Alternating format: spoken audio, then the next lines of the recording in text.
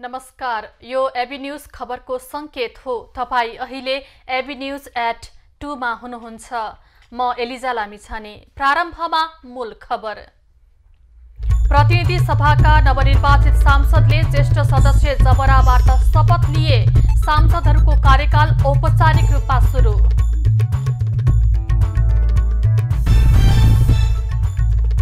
नयाँ सरकार गठनमा ढिलाइ नहुने प्रधानमन्त्री देउवाको भनाई। 5 दलीय गठबन्धनको सम्मान हुने गरी सरकार बनाउने।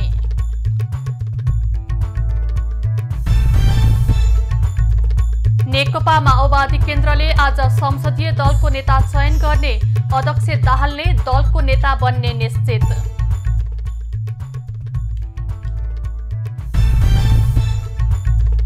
पोखरामा पर्यटन प्रवर्धनको लागि अंग्रेजी नयाँ वर्षमा यो वर्ष पनि सडक महोत्सव हुने। महोत्सव लेक साइडमा पुस 13 गतेदेखि 17 गतेसम्म सञ्चालन हुने। र सेन्ट्रल जोन भलिबल च्याम्पियनशिप आजदेखि बांग्लादेशमा सुरु हुँदै नेपालले उद्घाटन खेलमा आयोजकसँग प्रतिस्पर्धा गर्ने।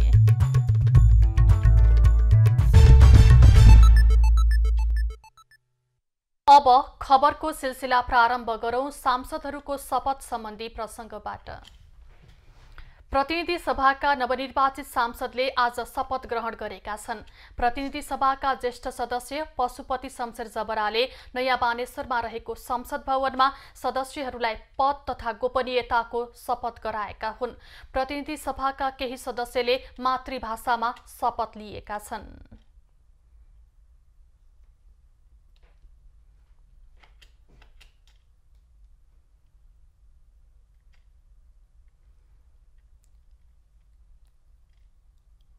शपथसँगै सदस्यहरूको औपचारिक रूपमा कार्यकाल आजदेखि नै सुरु भएको छ। शपथ गराए लगतै सांसदलाई संसदको लोगो समेत प्रदान गरिएको छ। राष्ट्रपति विद्यादेवी भण्डारीले हिजो प्रतिनिधि सभाका ज्येष्ठ सदस्य पशुपति शमशेर जबरालाई पद तथा गोपनीयताको शपथ ग्रहण गराएकी थिइन्।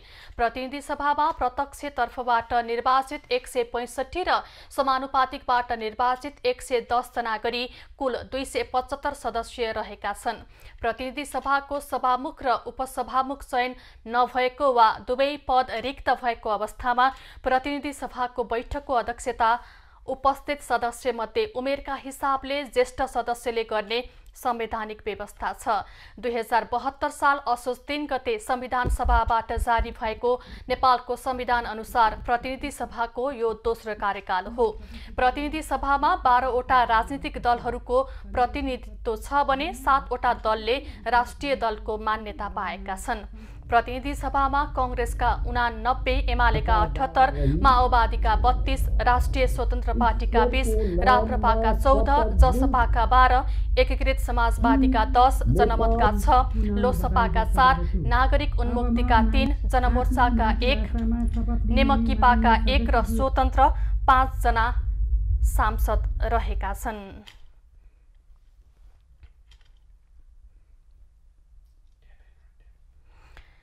प्रधानमन्त्री शेरबहादुर देउवा र नेपाल समाजवादी पार्टीका अध्यक्ष डाक्टर बाबुराम भट्टराईबीच आज भेटवार्ता भएको छ। बाबुराम अर्का नेता महेन्द्र राय यादव सहित बालुवाटार पुगेर प्रधानमन्त्री शेरबहादुर देउवासँग भेटवार्ता गरेका हुन्। भेटमा नयाँ सरकार गठन प्रक्रिया, सरकारमा नेसपाको सहभागिता लगायतका विषयमा पनि कुराकानी भएको बताइएको छ। भेटमा देउवाले नयाँ सरकार गठनमा अब ढिलाइ नहुने बताएका छन्।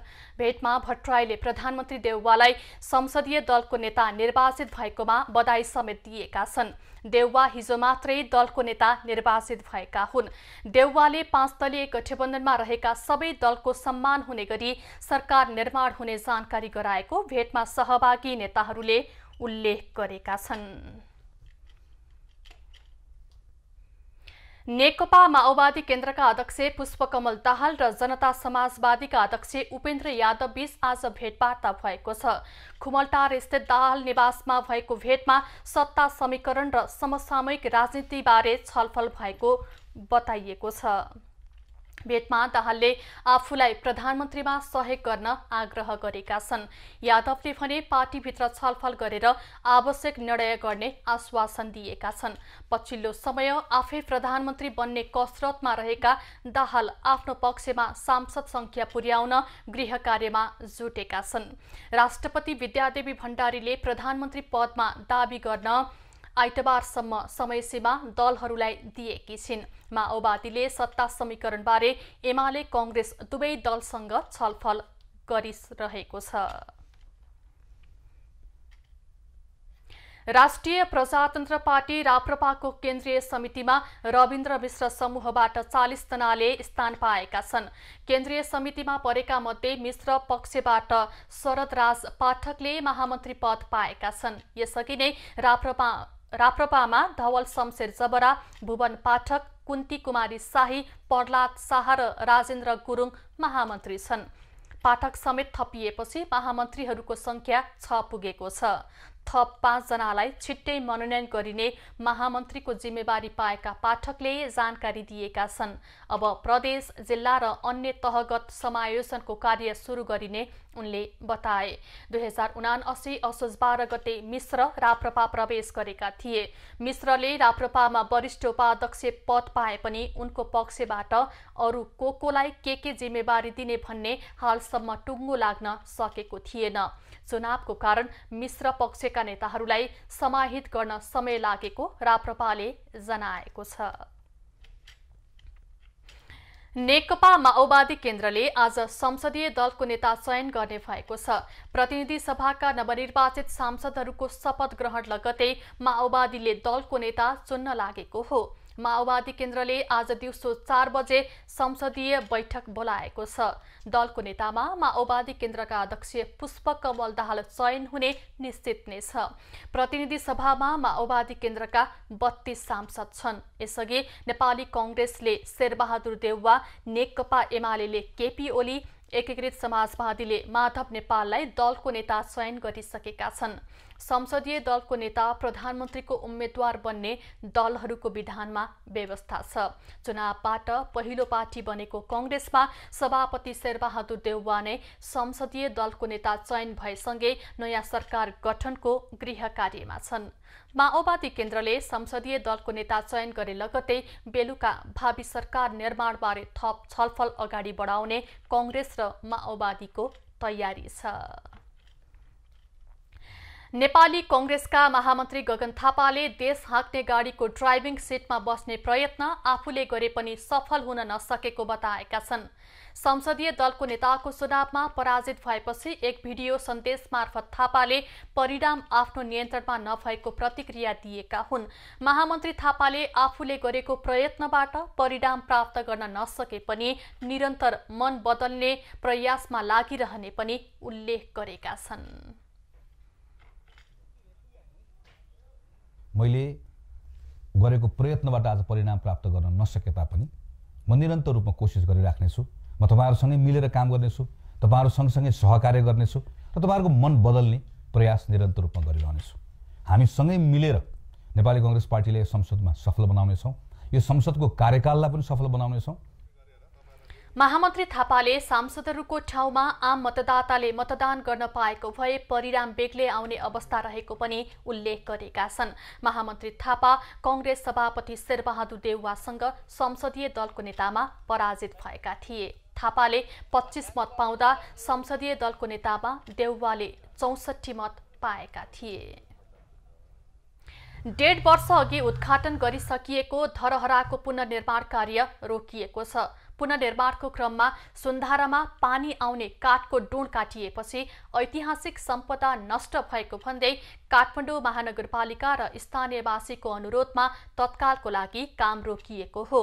धरहरा पुनर्निर्माणको क्रममा महानगरको पुरातात्विक सम्पदा नै मासिएको हुनाले त्यसको निर्माणको लागि पुनः अध्ययन नभएसम्म काम रोकिएको महानगरले जनाएको छ। 2 वर्षभित्र काम सम्पन्न गर्ने गरी 4 वर्ष अघि शिलान्यास गरिएको धरहरा पुनर्निर्माणको लागि 4 पटक म्याद थप भइसकेको छ भने 5औं पटक म्याद थपको तयारी भइरहेको छ। 4औं पटक थप गरिएको म्याद यही पुष मसान्तभित्र सकिँदैछ। 2077 असोज 20 गतेभित्र धरहराको सम्पूर्ण निर्माण कार्य सम्पन्न गर्ने गरी राष्ट्रिय पुनर्निर्माण प्राधिकरण र निर्माण कम्पनी रमन कन्स्ट्रक्सन बीच 2075 सालमा सम्झौता भएको थियो। धरहरा स्तम्भ निर्माण सम्बन्धी काम अझै 5% र धरहरा क्षेत्रको काम अझै 22% बाँकी रहेको छ। सम्पूर्ण काम नसकिँदै गत 2078 साल वैशाखमा धरहराको तत्कालीन प्रधानमन्त्री केपी ओलीले उद्घाटन गरेका थिए। जग्गा कारोबारमा लगाएको रोक खुल्न नसक्दा झापाका सर्वसाधारण मारमा परेका छन्। स्थानीय तहले जग्गाको स्थायी तथा अस्थायी वर्गीकरण नगर्दा नागरिकलाई शास्ति भएको हो। जग्गा कारोबारमा लगाएको रोक खुल्न नसक्दा झापाका सर्वसाधारण मारमा परेका छन्। सरकारले 2079 जेठ 27 गतेदेखि घर जग्गा कारोबारमा लगाएको रोक अझै खुल्न सकेको छैन। मङ्सिर 22 गतेसम्म स्थानीय सरकारले स्थानीय भू उपयोग परिषदबाट जग्गाको स्थायी तथा अस्थायी वर्गीकरण गर्नुपर्ने भए पनि जिल्लाका अधिकांश स्थानीय तह नागरिक प्रति अनुत्तरदायी देखिएका छन्। रजिस्ट्रेसन निकट पास 8,000 को मात्र संख्यामा मात्रै रजिस्ट्रेसन पास भएको छ जम्मा गरेर। गत आर्थिक वर्षमा यति बेला हामीले करिब 15,000 देखि माथि 20,000 को रेन्जमा रजिस्ट्रेसन पास भयो। अहिले मालपोतमा नामसारी, दृष्टिबन्धक, व्यक्तिगत, पूरा कित्ता अंशबन्डा, पूरा कित्ता पास, छोडपत्र, पूरा सगुलनामा लगायतको काम मात्रै हुने गरेको छ। हामीले यो बीचमा सबै भूमि बेतनपुर नगरपालिकाको सबै भूमिको चाहिँ कृषि र गैर कृषि गरेर छुट्याउने जमर्को गरेका छौँ र गैर कृषि क्षेत्रमा चाहिँ विभिन्न किसिमका अन्य 9वटा क्षेत्रमा विभाजन गर्नुपर्छ। त्यो क्षेत्र चाहिँ अहिले हामीले तय गरिसकेका छैनौँ। जेठ 27 देखि मङ्सिर 22 गतेसम्म जग्गा वर्गीकरणमा आलटाल गरिरहेका स्थानीय सरकारले विज्ञ नभएका कारण समस्या भएको बताएका छन्। विभिन्न कार्यक्रमहरूमा स्थानीय निकायले समुचित ढङ्गले जग्गाको वर्गीकरण गर्न नसक्ने र त्यो कारणले गर्दाखेरि चाहिँ सेवाग्राही लगायत हामी व्यवसायहरू पनि मारमा परेको कुरा त विदितै छ।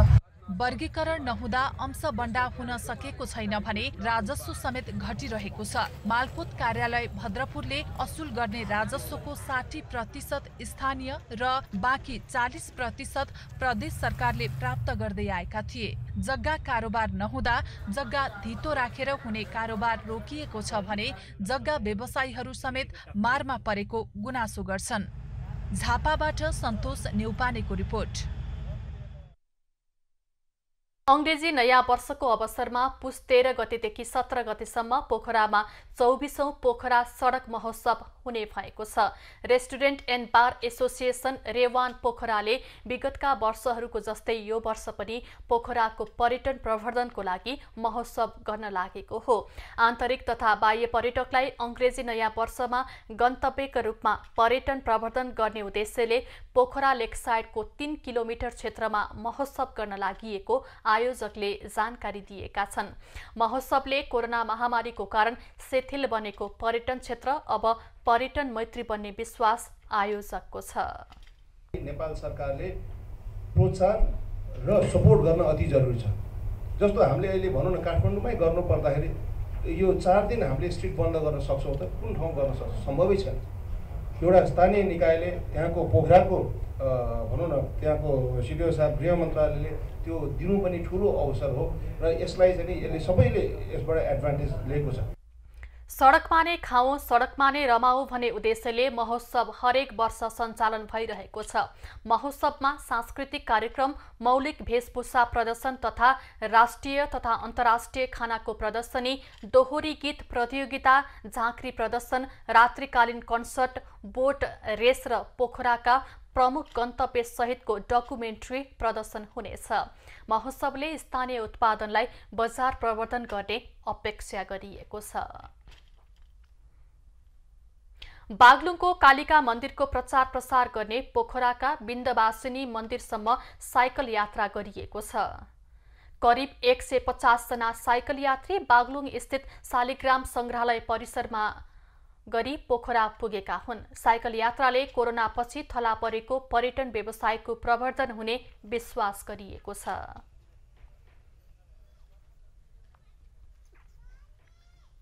टुरिज्म विकासमा पर्यटन विकासमा पनि यसले ठुलो योगदान पुर्याउने यो अभियान यसले टुरिज्म विकासलाई पनि यो अभियानले मद्दत गर्नेछ भन्ने मैले विश्वास लिएको छु।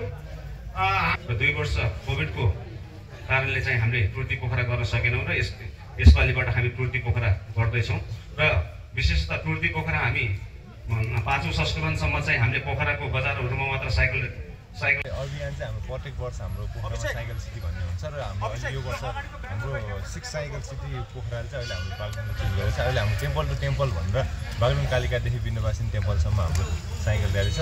यसमा चाहिँ लगभग हाम्रो 140 जना र स्थानीय सहित 150-60 जनाको आकलन गरेको साइकल सिटी पोखराको आयोजना तथा बागलुङ नगरपालिका लगायत सङ्घ संस्थाको सहयोगमा 72 किलोमिटर साइकल र्याली गरिएको हो। र्यालीमा 7 वर्षदेखि 60 वर्षसम्मका स्वदेशी तथा विदेशी साइकल यात्रीले सहभागिता जनाएका थिए। पर्वतको फलेबासको माटे देवल जनसहयोगी विद्यालयमा अध्ययनरत 18 जना विद्यार्थीलाई पढ्दै कमाउँदै कार्यक्रम अन्तर्गतको रकम हस्तान्तरण गरिएको छ। फलेबास नगरपालिका 4 का वडाध्यक्ष अच्युत तिवारीले विद्यालय व्यवस्थापन समितिका अध्यक्ष लीलाधर गौडेललाई विद्यार्थीले प्राप्त गर्ने 2,97,000 नगद हस्तान्तरण गरेका हुन्। प्राविधिक तर्फ बाली विज्ञान विषयमा कक्षा 12 को अध्ययन पूरा गरेका विद्यार्थीलाई विद्यालयले 16,500 रुपैयाँ प्रदान गरेको हो। विद्यार्थीले पढ्दै अभिभावकलाई समेत आर्थिक सहयोग गर्न पाएकोमा खुशी प्रकट गरेका छन्। प्रधानमन्त्री कृषि आधुनिक परियोजना कार्यान्वयन इकाइ धान जोन बागलुङ र विद्यालयको साझेदारीमा च्याउ टनेल, माछा पोखरी, प्लास्टिक पोखरी निर्माण लगायतका संरचना समेत विद्यालय परिसरमा निर्माण गरिएका छन्। तिनै पूर्वाधारमा प्रयोगात्मक अभ्यास मार्फत विद्यार्थीले तरकारी र माछा र च्याउ उत्पादन गरेर आम्दानी गरेका हुन्। काठमाडौँ उपत्यका सहित देशका अधिकांश स्थानको मौसम बिग्रिएको छ। आज बिहीबार काठमाडौँ सहित देशका पहाडी तथा तराईका भूभागमा हुस्सो कुहिरोले ढाकेको छ। हाल नेपालको पूर्वी भूभागमा पश्चिमी न्यून चापिय प्रणालीको आंशिक प्रभाव रहेकाले मौसम बिग्रिएको मौसमविदहरूले बताएका छन्। काठमाडौँ उपत्यकाको आकाश बिहानैदेखि हुस्सोले ढाकेको छ, जसको कारण उडानहरू अवरुद्ध भएका छन्। उडानहरू अवरुद्ध बन्दा यात्रा गर्नेहरूलाई भने असहज भएको छ। हुस्सो र कुहिरोको कारण काठमाडौँमा पनि जाडो बढेको छ। तराईका केही भूभागमा बिहान पख हुस्सो कुहिरो लाग्ने र देशका अधिकांश भूभागमा तापक्रम क्रमिक रूपमा घट्दै जाने सम्भावना रहेको भन्दै मौसम विभागको आवश्यक सावधानी अपनाउन आग्रह गरेको छ। खबरको सिलसिला अझै जारी छ, हामी सँगै रहनुहोला।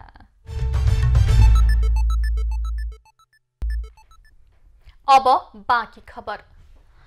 हत्या आरोपीलाई रिहा नगर्न दबाब दिँदै सिराहा जिल्ला अदालतमा पीडितहरूले प्रदर्शन तथा घेराउ गरेका छन्। बरियारपट्टी 1 नर्गीका रामशंकर यादवको हत्यामा संलग्नलाई कारबाहीको लागि पीडितले दबाब दिएका हुन्। अदालतको मुख्य गेटमा धरना दिँदै उनीहरूले आरोपीलाई रिहा गर्न नहुने माग गरेका हुन्।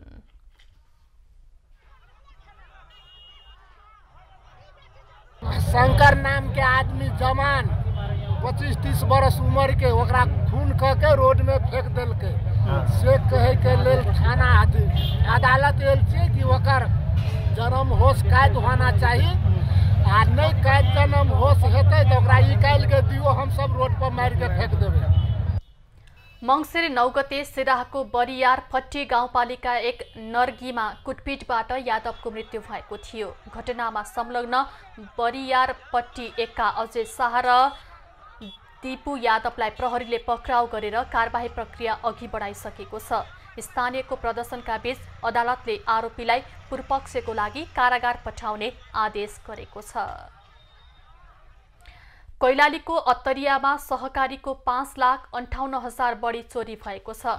गोदावरी नगरपालिका वडा नम्बर 2 मा रहेको साना किसान कृषि सहकारी संस्थाको लकर तोडेर 5,58,000 रुपैयाँ चोरी भएको हो।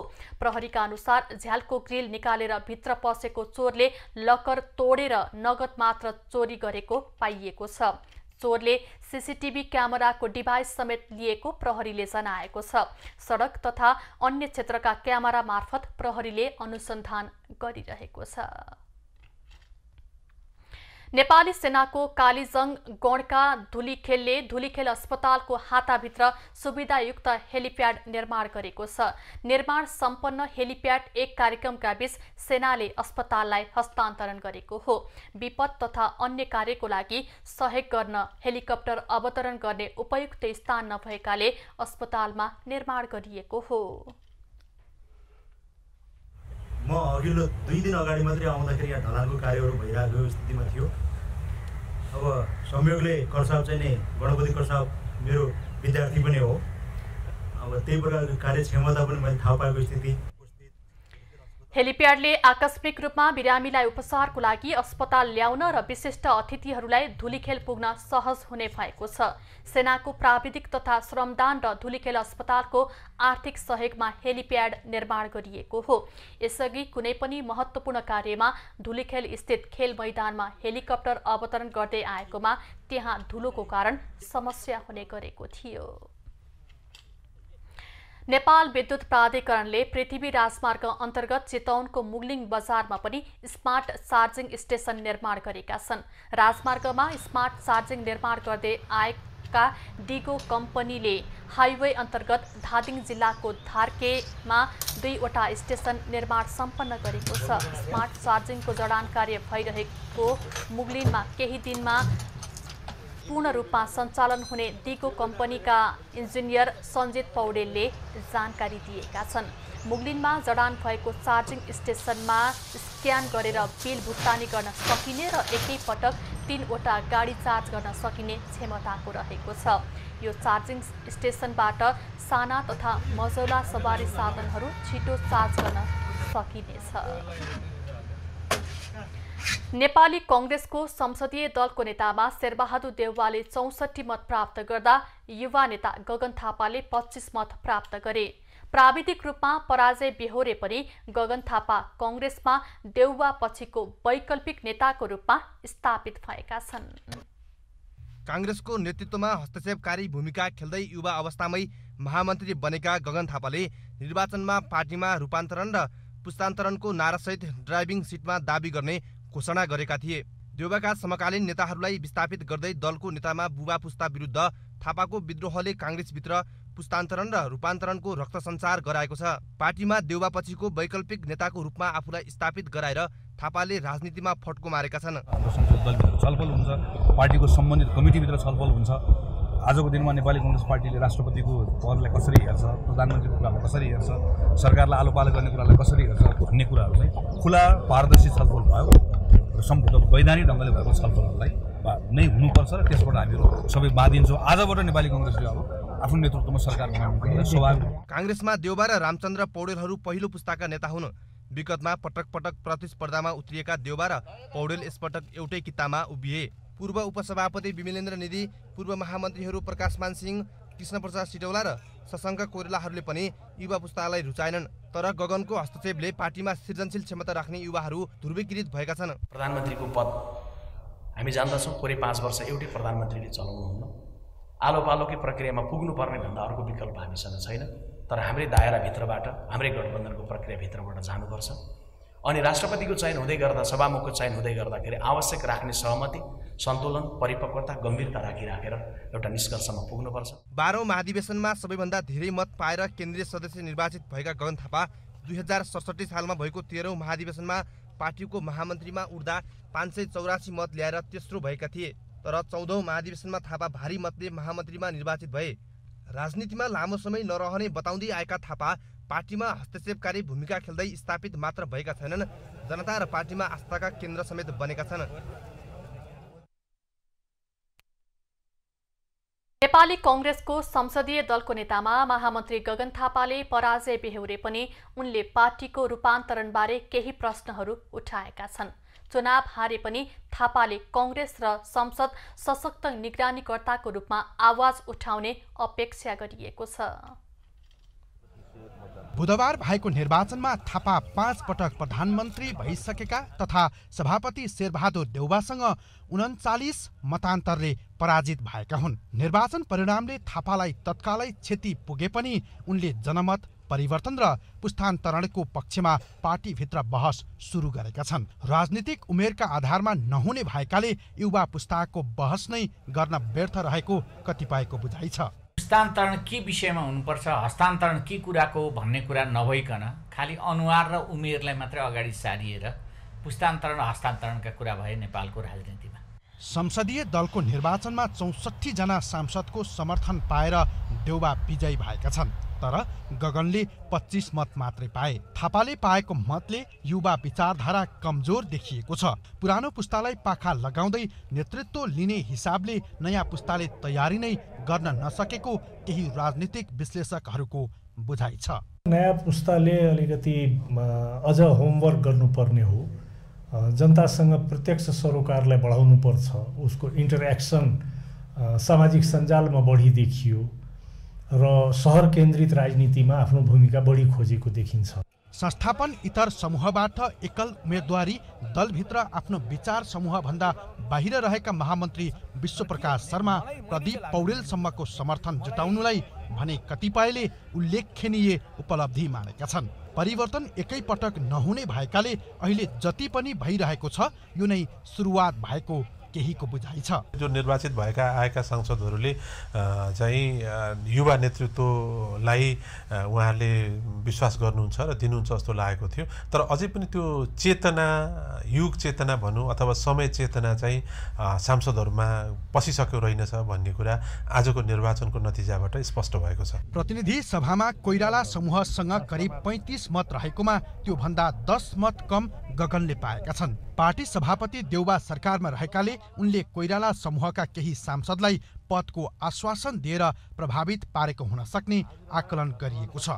निर्वाचनमा पराजय बेहोरे पनि गगनले पार्टी र संसदमा भने सशक्त निगरानीकर्ताको भूमिका निर्वाह गर्ने विश्वास धेरै कांग्रेसीहरूको रहेको छ। क्यामेरामा प्रवीण सिलवालका साथ सरोज बस्यालको रिपोर्ट। सुनकोशी मरिन डाइभर्सन बहुउद्देश्य आयोजनाको सुरुङ निर्माणको काम तीव्र गतिमा अघि बढेको छ। टनेल बोरिङ मेसिन टिबिएम मार्फत कमलामाईको कुसुमटारबाट 1600 मिटर सुरुङ निर्माणको काम धमाधम भइरहेको हो।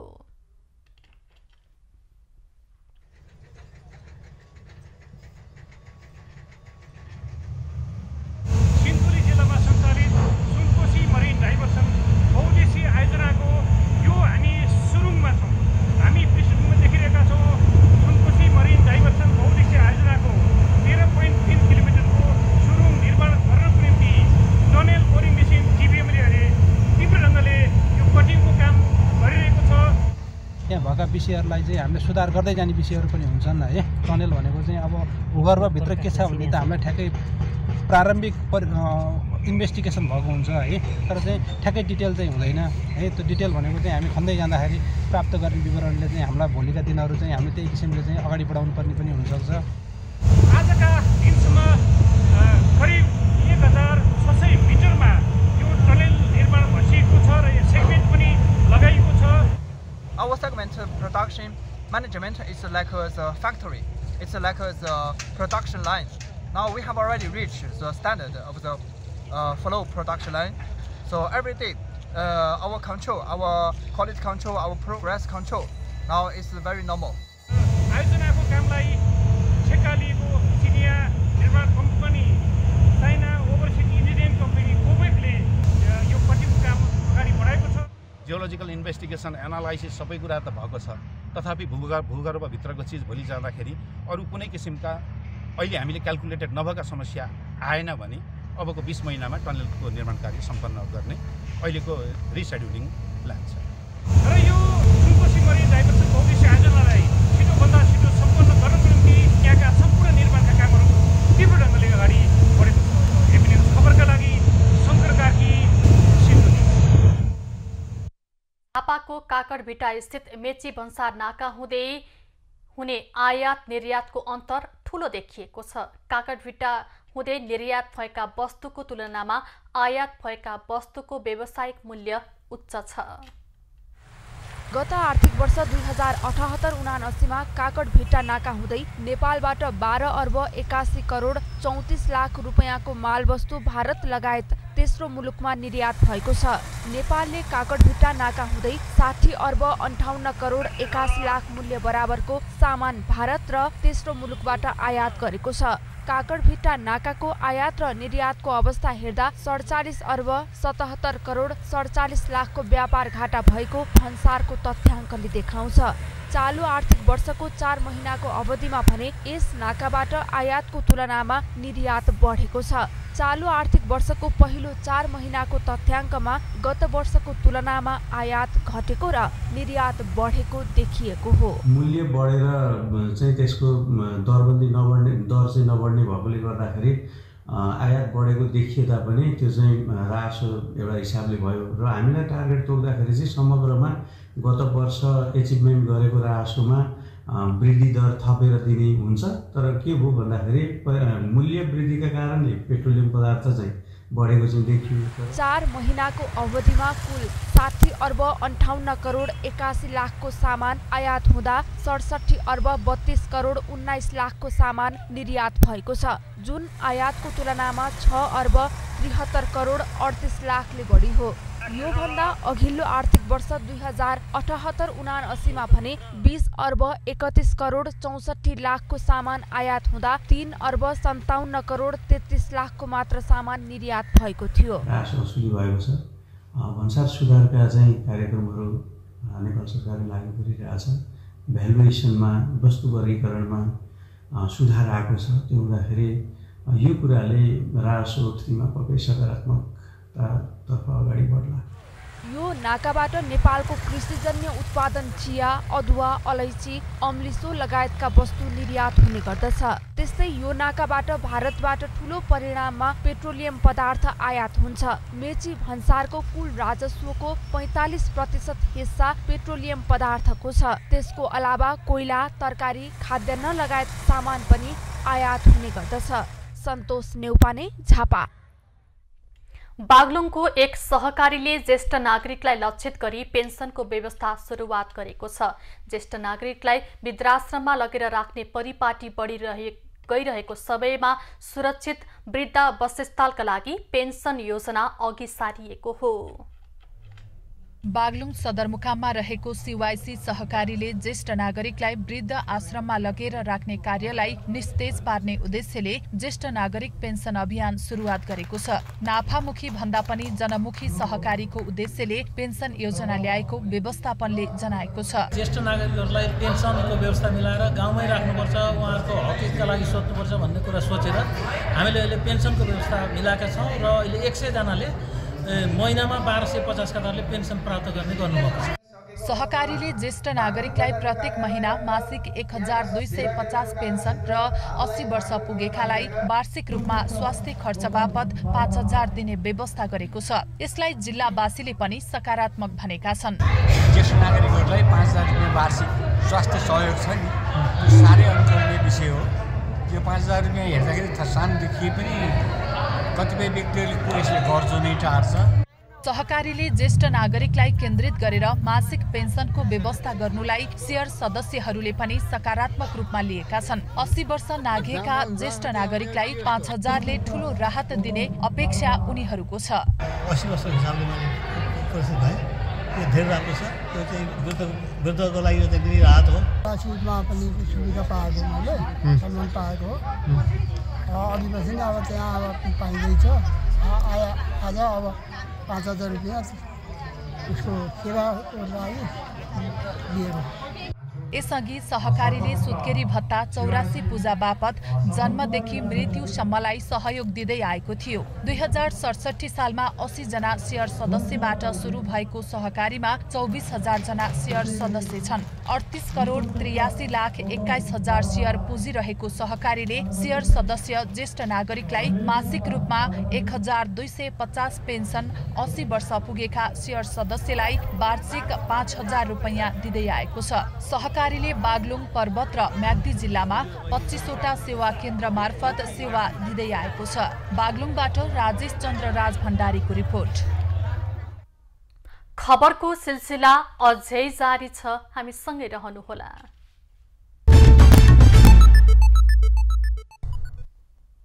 स्पेनको कान्थे रेन्यो फुटबल क्लब मैत्रीपूर्ण खेलको लागि नेपाल आउने भएको छ। लुम्बिनी गार्डन फाउन्डेसनले आज काठमाडौँमा पत्रकार सम्मेलनको आयोजना गर्दै दुई मैत्रीपूर्ण खेलको लागि कान्थे रेन्यो फुटबल क्लब नेपाल आउने जनाएको हो। फाउन्डेसनले फुटबलको विकास तथा पर्यटन प्रवर्धनमा सहयोग पुर्याउने लक्ष्यसहित यो मैत्रीपूर्ण खेलको आयोजना गरिएको जानकारी दिएको छ। लुम्बिनी गार्डन फाउन्डेसनले अखिल नेपाल फुटबल संघ इन्फा र कास्की जिल्ला फुटबल संघको सहकार्यमा शान्तिको लागि फुटबल भन्ने नाराका साथ मैत्रीपूर्ण खेल आयोजना गर्न लागेको हो। स्पेनिस क्लबले नेपाल भ्रमणको क्रममा पुस 13 गते पोखरा दशरथ रंगशालामा पोखरा गण्डकी 11 सँगै मैत्रीपूर्ण खेल खेल्नेछ। उक्त खेलमा नेपाली राष्ट्रिय फुटबल टिमका पूर्व कप्तान अनिल गुरुङले गर्नेछन्। यस्तै पुस 14 गते स्पेनिस क्लबले काठमाडौँको दशरथ रंगशालामा काठमाडौँ 11 सँगै मैत्रीपूर्ण खेल खेल्नेछ। काठमाडौँ 11 को कप्तानी पूर्व राष्ट्रिय फुटबल टोलीका कप्तान विराज महर्जनले गर्नेछन् भने प्रशिक्षकमा मेघराज केसीले गर्ने लुम्बिनी गार्डन फाउन्डेसनले जनाएको छ। मैत्रीपूर्ण खेल आगामी वर्षहरूमा पनि निरन्तरता दिने र नेपालबाट सुरु भएको अभियान आगामी दिनमा चीन, म्यानमार, थाइल्याण्ड, भियतनाम लगायत देशमा पनि आयोजना गरिने फाउन्डेसनले जनाएको छ। बांग्लादेशमा पहिलो पटक आयोजना हुन लागेको अन्डर 23 सेन्ट्रल जोन भलिबल च्याम्पियनसिपको उद्घाटन खेलमा नेपालले आज घरेलु टोली बांग्लादेशसँग प्रतिस्पर्धा गर्नेछ। यी दुई बीचको खेल नेपाली समयअनुसार बेलुका 4 बजे हुनेछ। सेन्ट्रल जोन भलिबल संघ काभाले इतिहासमै पहिलो पटक गर्न लागेको यो प्रतियोगिताको पहिलो संस्करणमै स्वर्णको लक्ष्यमा रहेको नेपालले बलियो टोली बांग्लादेशसँग खेल्न लागेको हो। प्रतियोगितामा नेपालले दोस्रो खेलमा श्रीलङ्का र तेस्रो खेलमा किर्गिस्तानसँग प्रतिस्पर्धा गर्नेछ। प्रतियोगितामा 4 टोलीको सहभागिता रहेको छ। प्रतियोगिता पुस 11 गतेसम्म चल्नेछ। सेमिफाइनल 10 पुसमा हुनेछ। फाइनल 11 पुसमा हुनेछ। बांग्लादेशमै काभा बीच भलिबल हुँदैछ। कक्स बजारमा हुने डिसेम्बर 26 देखि 31 सम्म भलिबल प्रतियोगिता आयोजना हुनेछ। भलिबलमा नेपाल, किर्गिस्तान, भुटान, बांग्लादेश, भारत, पाकिस्तान र मालदिप्सले प्रतिस्पर्धा गर्नेछन्। नेपाली राष्ट्रिय क्रिकेट टिम टोलीका पूर्व कप्तान सन्दीप लामिछानेलाई पूर्वपक्षको लागि थुनामा राख्ने काठमाडौँ जिल्ला अदालतको आदेश विरुद्धको पेशी स्थगित गरिएको छ। लामिछानेको कानून व्यवसायका तर्फबाट पेशी स्थगित गरिएको हो। लामिछानेको तर्फबाट उच्च अदालत पाटनमा दायर पुनरावेदनको बिहिबार न्यायाधीशद्वय महेन्द्रनाथ उपाध्याय र किरण कुमार पोखरेलको इजलासमा सुनवाई तोकिएको थियो। लामिछानेको तर्फबाट उनलाई थुनामा राख्न जिल्ला अदालतबाट भएको आदेश विपरीतको आदेश भएको भन्दै सो विरुद्ध पुनरावेदन दायर गरिएको हो। सन्दीप हाल केन्द्रीय कारागार सुन्धारामा रहेका छन्। सन्दीपलाई 17 वर्षीय किशोरीले बलात्कारको आरोप लगाएकी थिइन्। सन्दीपले भने इन्कारी बयान दिँदै आएका छन्। नेपाल टी20 लिगको लागि पोखरा एभेन्जर्सले आफ्नो टिम सार्वजनिक गरेको छ। पोखराले 16 सदस्यीय टोलीको घोषणा गरेको सामाजिक सञ्जाल मार्फत जनाएको छ। पहिलो संस्करणको नेपाल टी20 लिग शुक्रबार त्रिवी क्रिकेट मैदानमा सुरु हुनेछ। पोखराको पहिलो खेल 8 गते नै काठमाडौँ नाइट राइडर्ससँग रहेको छ। शरद बेसवाकर पोखराको मार्की खेलाडी रहेका छन्। पोखराको मुख्य प्रशिक्षकमा सामसन जङ थापा रहेका छन्। 6 टोली सहभागी यस प्रतियोगिता डबल राउन्ड रोबिनको आधारमा हुनेछ। प्रतियोगिताको फाइनल खेल भने पुस 26 मा रहेको छ। ब्राजिलका लेजेन्ड फुटबल खेलाडी पेलेको क्यान्सर फैलदै गएको अस्पतालले जनाएको छ। 82 वर्षीय पेलेको 3 साता अघि साओ पाउलोको अल्बर्ट आइन्स्टाइन अस्पतालमा उपचार भइरहेको छ। पेलेले क्रिसमस अस्पतालमै बनाउने उनको छोरीले बताएकी छिन्। पेलेको 2021 को सेप्टेम्बरमा ट्युमरको शल्यक्रिया गरिएको थियो। पेलेको सन् 2000 2015मा शल्यक्रिया भएको थियो। पेले 3 पटक विश्वकप जित्ने एकमात्र खेलाडी हुन्। पेले ब्राजिलका सर्वाधिक गोलकर्ता समेत हुन्। उनले 92 खेलमा 77 गोल गरेका छन्। उनले 4 विश्वकपको गोलको कीर्तिमान पनि राखेका छन्। राष्ट्रपति विद्यादेवी भण्डारी आज बुटोल जाँदैछन्। उनले बुटोलमा आजबाट सुरु हुन लागेको 15औं राष्ट्रिय औद्योगिक प्रदर्शनी कृषि प्रविधि तथा पर्यटन महोत्सवको उद्घाटन गर्ने कार्यक्रम छ। प्रदर्शनीमा विभिन्न प्रकृतिका स्वदेशी उत्पादन तथा प्रविधिका 450 स्टल रहनेछन्।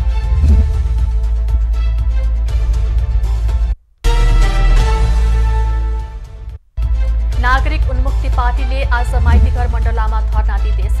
रेशम चौधरी लगायत थरुहट राजबन्दी रिहाईको निमित्त धरना दिन लागेका हुन्। सरकारले रेशम चौधरी लगायत थरुहट राजबन्दी रिहाईको लागि मङ्सिर 25 गते विधेयक ल्याए पनि राष्ट्रपतिले अनुमोदन नगरेकाले रोकिएको हो।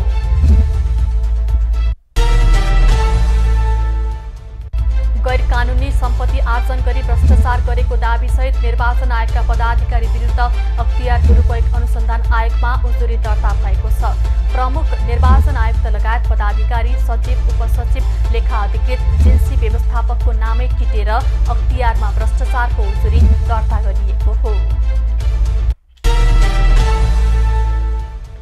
नेपाल नगरपालिका संघको 8औं अधिवेशनबाट अध्यक्षमा भीमप्रसाद ढुङ्गानाको अध्यक्षतामा 43 सदस्यीय कार्य समिति चयन भएको छ। उनी धादिङको नीलकण्ठ नगरपालिकाका प्रमुख हुन्। उपाध्यक्षमा सिन्धुपाल्चोकको चौतारा साँगा चोक गढीका मेयर कृष्णप्रसाद सापकोटा, महासचिवमा दाङको घोराहीका नरुलाल चौधरी, काठमाडौँकी सुनिता डङ्गोल उपमहासचिव, कोषाध्यक्षमा हलेसी तुवाचुङकी विमला राई चयन भएका छन्। त्रिवी शिक्षण अस्पताल महाराजगञ्जले कर्मचारी नियुक्तिको लागि आवेदन आह्वान गरेको छ। करार सेवामा पदपूर्तिको लागि 6औं तहको लागि आवेदन आह्वान गरिएको हो। अस्पतालले मुख्य प्राविधिक सहायक फार्मेसी, मुख्य प्राविधिक सहायक प्याथोलोजी लगायत पदमा आवेदन आह्वान गरेको हो। बैतडीका शिक्षक धनबहादुर विष्ट हत्या प्रकरणको सत्य तथ्य छानबिनको माग गर्दै शिक्षकका पेशागत संगठनले आज जिल्लाभरि शिक्षण संस्था बन्दको आह्वान गरेका छन्। बुधबार आन्दोलनका कार्यक्रम घोषणा गर्दै आज जिल्लाभरि शिक्षण संस्था बन्दको आह्वान गरिएको संघर्ष समितिले जनाएको छ। शिक्षक विष्टको हत्यामा संलग्न 2 जनालाई प्रहरीले पक्राउ गरेको छ। सवारी चालक अनुमति पत्र लाइसेन्सको लागि आवेदन दिएका झण्डै 7 लाख सेवाग्राहीले अनुमति पत्र पाएका छैनन्। काठमाडौँ उपत्यकाका कार्यालयबाट आवेदन दिएका सेवाग्राहीले झण्डै 10 महिनादेखि चालक अनुमति पत्र पाउन नसकेका हुन्। नेपाली बजारमा सुन चाँदीको भाउ आज पनि बढेको छ। सुनको भाउ तोलामा 300 रुपैयाँले बढेर छापावाला सुन 1,01,500 र तेजाबी सुन 1,01,000मा कारोबार भइरहेको छ। चाँदीको मूल्य तोलामा 5 रुपैयाँले बढेर 1,405 रुपैयाँ पुगेको छ। नेपाल स्टक एक्सचेन्जमा सूचीकृत 25 वाणिज्य बैंकमध्ये 18वटाले शेयर धनीलाई लाभांश दिने घोषणा गरेका छन्। आर्थिक वर्ष 2078-79 को मुनाफाबाट वितरण हुने यो लाभांश अधिकांश बैंकले यसपटक नगदमै दिने भएका छन्। लाभांश वितरण प्रस्ताव गर्ने वाणिज्य बैंकमध्ये अहिलेसम्म सर्वाधिक लाभांश दिनेमा नबिल बैंक रहेको छ भने सबैभन्दा कम दिनेमा सेन्चुरी बैंक रहेको छ। प्रतिकूल मौसमको कारण आज बिहान त्रिभुवन अन्तर्राष्ट्रिय विमानस्थलबाट हुने उडान र अवतरण प्रभावित भएका छन्। बिहानैदेखि हुस्सु र कुहिरो लागेको कारण उडान तथा अवतरण प्रभावित बनेका हुन्। आन्तरिक तर्फको उडान पनि रोकिएको विमानस्थल कार्यालयले जनाएको छ। नवनिर्मित पोखरा अन्तर्राष्ट्रिय विमानस्थलमा आज प्रदर्शन डेमो उडान हुने भएको छ। आज यति एयरलाइन्स र बुद्ध एयरले विमानस्थलमा डेमो उडान गर्न लागेका हुन्।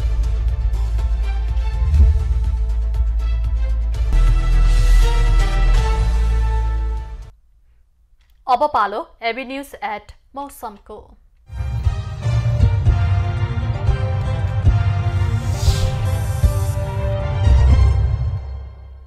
हाल प्रदेश 1 र गण्डकी प्रदेशको पहाडी भूभागमा आंशिक बदली रही तराईका थोरै भूभागमा हुस्सु र कुहिरो लागेको छ।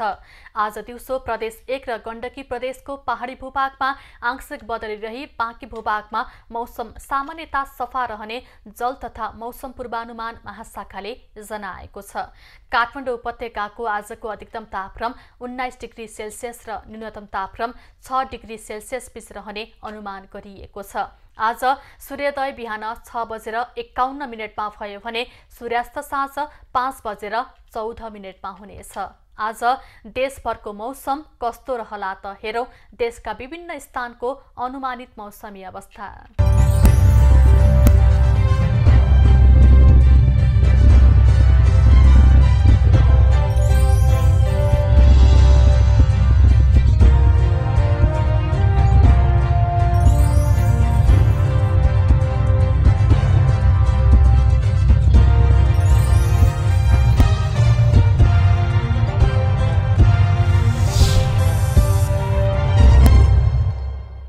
अहिलेलाई खबरको क्रम यति नै। एबी न्यूज खबरका यी सहित अन्य विस्तृत खबरको लागि www.abnews.tv लगइन गर्न सक्नुहुनेछ। युट्युब, फेसबुक र ट्विटरमा पनि हामीलाई फलो गर्न सकिनेछ। खबरभित्रको खबरको लागि हेर्दै रहनुहोला एबी न्यूज खबर। नमस्कार।